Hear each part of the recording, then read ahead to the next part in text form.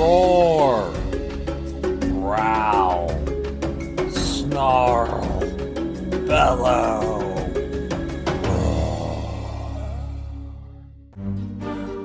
Ooh, once more, welcome to Paleobites Halloween Edition, the podcast with less reach than a flaccid brachytrachelopan. Ooh. Ah, yes. So once more, we have a spooky-themed Halloween episode. And if you recall last year's Halloween episode, I constructed the being Frankie on Stylert after the bodies of several of my co-hosts who died in a horrific blimp accident. You might recall in that episode I got thrown into a furnace, and the horrible creature that I tortured and whipped and hit and then for some reason decided to turn on me, how dare it, was like laughing evilly in victory. But no, that's not the turn of events. I threw it into the furnace, and here I am to start anew. And also all my co-hosts are back. We all got better. So don't worry, no one's dead. But I do need a co-host for this year's Halloween episode. And once more, my friends, my many, vast, real friends are all gone. They're all back in their home in Canada. They don't have social media, so I can't contact them. So thus it is me alone, but not alone because I have prepared for this. I'm going to once more have a new co-host, but this time, rather than creating him, I will summon him. That's right. I've got myself a pentagram here. I've done all the proper rituals. I've drawn the pentagram. I've fasted for 3 days. I'm quite hungry. After this, I'm gonna get some Uber Eats for sure. I've got candles, or some candles. I ran out of candles. The rest of them I use lava lamps for. I think that'll work. I've bathed in specific oils and herbs. I smell like a freaking entree at Olive Garden, but this is what needs to be done. I just need to get out this book here, read this incantation backwards, and summon the demon. So, let's do this. This is definitely going to be worth it and totally not going to backfire. I'm going to get this co-host for this Halloween episode. So, reading the book, activating the candles, activating the lava lamp, and reading the incantation backwards.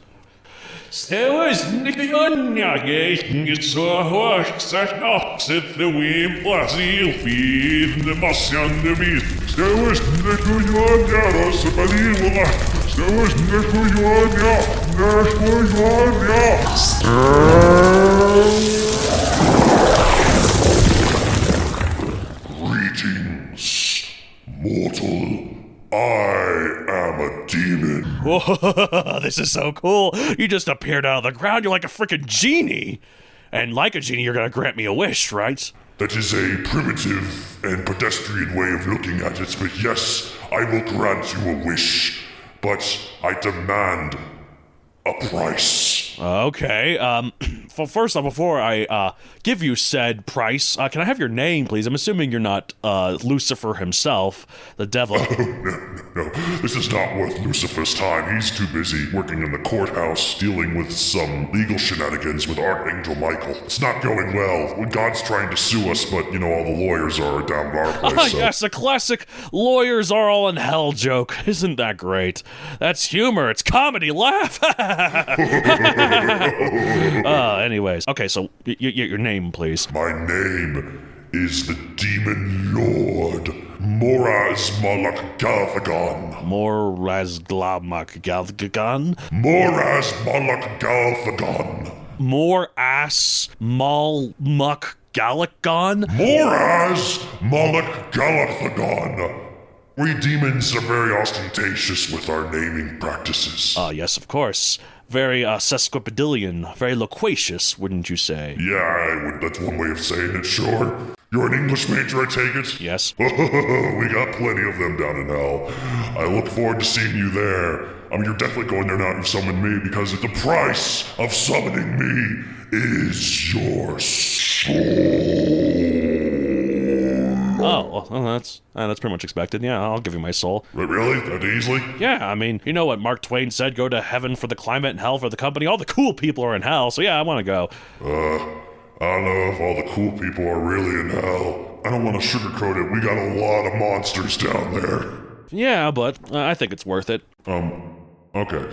So what task do you wish for me to grant now that you've summoned me and given me your soul? I want you to do this podcast episode with me. I need a guest co-host for my Halloween episode. What? That's it? You don't need me to kill anyone, make someone fall in love with you, make you super rich, give you, like, a really big bulbous butt that makes everyone swoon and you can beat like a drum? That's what everyone wishes for. You want me to be a co-host for your podcast? Yeah, just one episode, and then I'm good, and you can go back to hell, Mr. Moraz Malagalathagon. Oh, wow, you got it. Well, I guess if you got the name correct, at least I owe you is I will do this episode with you. Heavens knows a lot of podcasters are also in hell. At least they're going there. They're definitely got their name on God's naughty list. And I suppose you'll be one of them. Alright, so what is the subject matter for this episode? Alright, so I have this dinosaur podcast called Paleobites. This week we're having a Halloween-themed episode, and so I thought that we could talk about a Halloween-themed dinosaur. We're talking about the horned dinosaur Diabloceratops. Have you heard of it, Mr. Demon Lord Asmo Malala? Oh, you had it earlier and now you missed it. Oh, how dare you! Yeah, look, I'm sorry. Your name's too long. At least my name's Matt. It's so easy. It's like some names are like music and that one's like a sound effect. Matt. It's like a comic book splash page. Yes. Anyways. Yes, I have in fact heard of Diabloceratops. It's one of my favorite dinosaurs. One of them runs the bar we have down in hell. What? There's a Diabloceratops down in hell with you? Oh yes, all dinosaurs are in hell. Are you kidding me? All prehistoric creatures are in hell. What'd they do? Oh, they had the audacity to be born before Jesus Christ got nailed on the cross and forgave all the sins, opening the pathway for mortals to get into heaven. They had the bad luck of being born before that. Wait, did you say Jesus was nailed on the cross? Anyways, point is, all dinosaurs are in hell. All prehistoric creatures are in hell. I'm from hell. You're going to hell. Let's talk about Diabloceratops. Yeah, that's the spirit! Moraz Malagalathagon. Yeah, let's do this. Alright, so it means devil horn face. Type is a centrosaurine ceratopsid, a group of horned dinosaurs that includes Styracosaurus, Pachyrhinosaurus, and Nasutoceratops, but not Triceratops, Torosaurus, or Chasmosaurus. Got it? You got it. Yeah, of course I've got it. I know all those dinosaurs. They're all great guys. They're regulars at the Diabloceratops pub down in hell. Oh, okay, cool. Recent studies have shown it might not even be a full-on ceratopsid, though, but a more primitive ceratopsian sister group outside the more derived species that came later. As of now, though, it's still considered a primitive centrosaurine ceratopsid, so that's what I'm sticking with. Would you agree? Wait, you have all the knowledge of the heavens, I presume? I mean, I have some of it. I'm not the big guy upstairs, but I know a thing or two about a thing or two, yes? Yeah, so can you give me the big official cladogram of ceratopsians and dinosaurs in general? I'd really like to study that. Yeah, sure, I'll get it for you after you come down to hell after you die. You can read it all you want there. Oh, thank you so much, man. Hell's gonna be great. I really don't think you know what you're getting yourself into, man. There's a bar full of ceratopsians! I'd much rather go there than go to heaven. What's heaven got? A bunch of, like, smug, holier-than-thou angels and, like, priests and stuff? Oh, how naive you are to think that the priests have actually gone to heaven. They're not there, I assure you. Oh, well, maybe hell's not great, but I've made the decision. I'm sticking to it. All right, so size 15 feet / 4.5 meters long, 1.3 to 1.4 tons.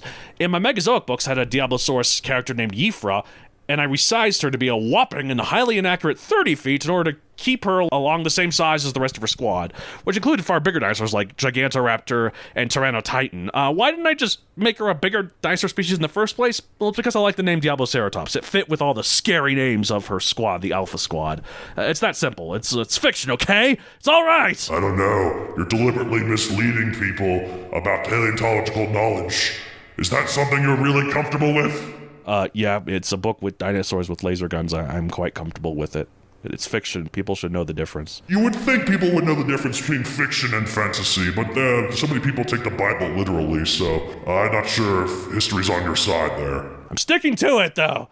stubborn. I can tell. All right, so diet herbivore, time late Cretaceous, 82 to 81 million years ago, making it the earliest known ceratopsid as of current studies, but not the earliest known ceratopsian. Those date back to the Jurassic and include the more primitive Psittacosaurus, Yinglong, and Achelops. It also includes the more derived but still not ceratopsid for some reason species like Zuniceratops and Tyrannoceratops. Not Tyrannoceratops, Tyrannoceratops, I should say. Yeah, Tyrannoceratops also is in the bar. It's a species that hasn't been discovered yet, but died, in prehistoric times, before Jesus, so it's down there. Oh, okay. I look forward to doing the later on Tyrannoceratops episode. But no. But anyway, so Zuniceratops and Tyrannoceratops are ceratopsians, but not ceratopsids. They have all the superficial features like frills and horns and stocky builds, but aren't considered full-on ceratopsids. Someone smarter than me and more knowledgeable about paleontology presumably knows why. I'll just remain in the dark now, I guess. I know. You do? Yeah, well, why is it? Well, you're gonna find out when you go to hell, remember? You got that cladogram to look over. Oh, yeah, I guess that's true. Okay. Well, I can wait until then. Location, Utah, USA. Described 2010 pop culture appearances, as well as its esteemed appearance in my super popular global phenomenon book series Megazoic, where it's a major side character from book 2 onwards. It's also in Dino Dana, Pixar's The Good Dinosaur, and Jurassic World Alive. I cannot believe for the life of me that you've summoned me a demon who can grant you any wish you desire for the price of going to hell. Instead of making your books actually popular, Mr. Indie Author, you've decided to just have me as a guest co-host for one episode. No, sounds worth it to me. Episode's going great so far, wouldn't you say? If you say so. Alright, so that's the stats. Now we get to talk about the meat and gritty of the Diabloceratops. You know the format of a standard Paleobites episode, do you? Oh yeah, most Paleobites listeners are in hell. Either they were born there and they found it through our crappy radio system we have down there, or they first heard about it on Earth and then died and went to hell because they listened to such a terrible podcast. Aw, I'm sending people to hell with my podcast. That's kind of nice. You've got issues, man. I'm a demon lord, and even I think you have issues. Yeah, huh? Well, you would know. So anyways, Diabloceratops, it's a fascinating looking creature. It's called such because it has these horns that look like demon horns. In fact, they look a lot like your horns, Mr. Moraz Malagalthagon. You're getting there, I think. Sometimes I have trouble remembering my own name, but I think that sounds right. Okay, good. I'm glad you think it sounds right. So, it looks like your horns. It's got 2 big frill horns on the back that are pointed outwards like devil horns. And it also has the 2 standard brow horns like Triceratops has. The fenestrae are quite large in the skull, making the skull nice and lightweight so it can have such a big head. On the nose, it did have a little horn, but it was very lumpy. Perhaps a second little horn in front of that, so it might have had 6 horns. It could have been called Hexaceratops. That'd be cool. Why isn't there a Hexaceratops? There is a Hexaceratops. Again, it's at the bar. Oh, really? That combined with Tyrannoceratops, I'm looking forward to future ceratopsian research where we discover these things. There's also an Octoceratops. Whoa, really? There's an Octoceratops, too? Oh yeah, he's a regular at the bar. My god, he's a piece of shit. Whoa, watch the language there. I'm from hell. I suppose that's true, but I got to keep this podcast monetized, so we got the language good for the kids. Yes, of course, the kids. I understand that. There's one crime that we demons will never go so low as to commit, and that is doing anything bad to kids. Kids are off limits. I mean, unless the kids are assholes, in which case they just had it coming. Yeah, I suppose that's one way to look at it. So, Diabloceratops, it has some features it shares with the more primitive protoceratopsids, like an accessory opening in the skull that will later become much reduced or disappear in later, more advanced ceratopsians. And certain paleontologists have seen this as an indication that the earlier species were not together as some single natural group, but instead presented a gradual sequence of ever more derived forms, increasingly close to the ceratopsids. Isn't that just evolution? Yeah, I guess it is, but the other paleontologists, they know what they're talking about. Yeah, I suppose they do. And paleontologists are pretty smart. Yeah. But so Diabloceratops shared its paleo environment with some other dinosaurs, such as the Hadrosaur Acristoavis, the Lambeosaur Adelophus, and the theropod Lythronax. I've done an episode on that one with friend of the show, Alan Brooks. Ah, yes, the Mormon. The Mormon? Why do you say that? Mormons kind of grind our gears as demons because they're one of the few subgroups of Christianity that actually is pretty close to getting it right to go into the good place, so there's hardly any Mormons down in hell. Really? Look, I love my friend Alan, but Knowing what I know about Mormons, that's surprising. I was gonna say something when you mentioned that Diabloceratops was from Utah, but I thought I'd leave it be. It's probably a wise decision. I don't know, I'm agnostic, so I don't really believe in that religious stuff. And yet you summoned a demon! I mean, I love dinosaurs, all prehistoric creatures, and apparently they're all in hell, so... I don't know, I'm still gonna say I'm an agnostic. At this point, you're just flat out denying reality, which I guess makes sense with a lot of religious folks, so... Yeah, alright, keep going. And what else? Let's talk more about this Diabloceratops fellow. I gotta get back to torturing more souls down in hell. A bus full of nuns just crashed. They all came down to hell, and I really want to torture them good along with my fellow demon bros.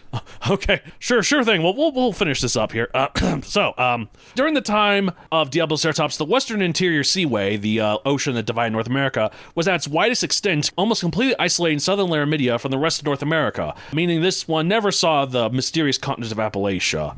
It probably, like most ceratopsians, it used its horns primarily for display rather than for defense. Its frill could have been used for a little defense, but mostly it was just like to either court mates or to like wave it aggressively to scare off predators. Due to the large fenestrae and the overall hollow structure of it, wouldn't have been great for ramming. Oh, yeah, that's true. I would agree with that. With all the ceratopsians I know down in hell, they mainly just used their frills to show off to all the ladies, all the succubi. The Diabloceratops pubkeeper is good with the succubi, let me say. He's got a harem down there. He's a player. Oh, yeah. Oh, that's good to hear. Oh, man, that sounds really fun. I can't wait to go in hell.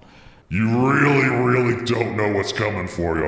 I almost find your naivety adorable if it wasn't so horrifying.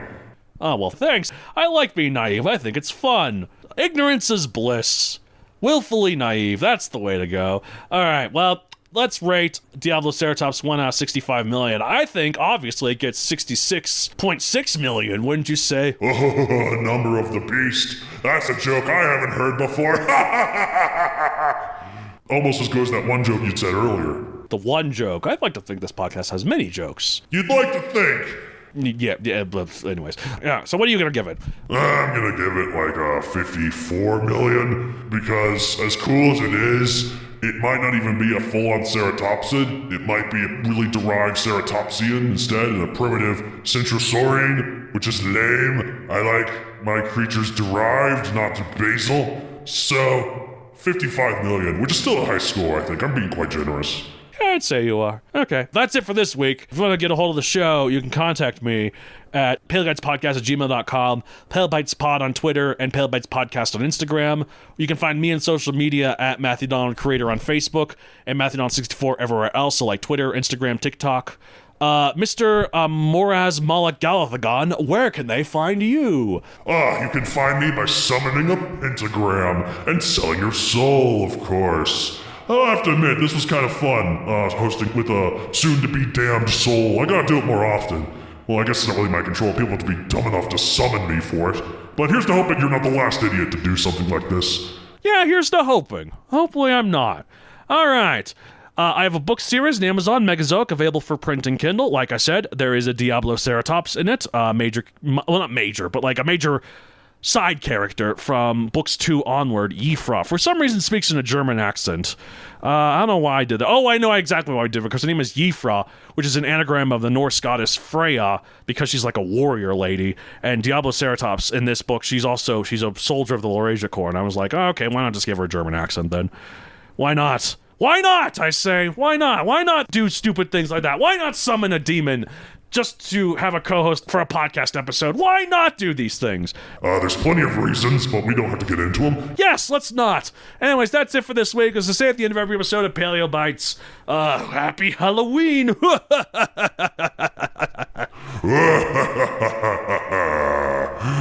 See you in hell, Matthew Donald. You're on the list officially!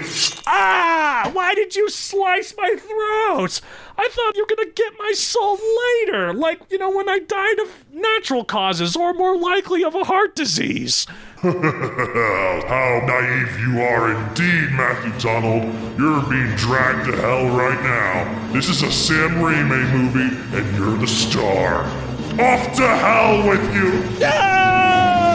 No, this was not worth it! This was not worth it! I was such an idiot summoning a demon just to do a podcast episode!